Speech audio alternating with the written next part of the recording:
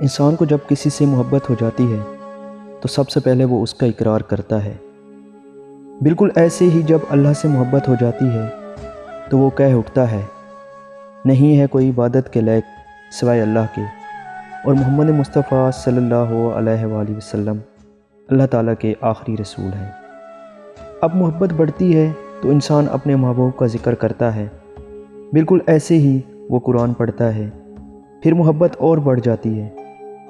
وہ اپنے محبوب کے لیے روپیہ پیسہ خرچ کرتا ہے۔ بالکل ایسے ہی اللہ کی محبت میں زکوٰۃ دینے لگتا ہے۔ اب محبت اور بڑھتی ہے تو اس کے کاموں میں اس کی باتوں سے محبوب کا عکس نظر آنے لگتا ہے۔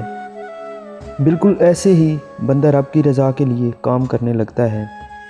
پھر شدت محبت اور بڑھ جاتی ہے، زیادہ ہو جاتی ہے، اور وہ محبوب کے در کے چکر لگاتا ہے۔ بالکل اسی طرح وہ طواف کعبہ کو نکل کھڑا ہوتا ہے اور محبت کا عروج ہوتا ہے محبوب سے مل کر۔ اسی طرح وہ جب سجدہ کو جاتا ہے تو اس کی محبت کا عروج نماز ہوتی ہے۔ جب وہ اپنے محبوب سے ملتا ہے اور خواہ وہ کوئی زبان بولتا ہے یا بولتا ہی نہ ہو، مگر اسے یقین ہوتا ہے کہ اس کا محبوب اسے سن بھی رہا ہے، اسے دیکھ بھی رہا ہے۔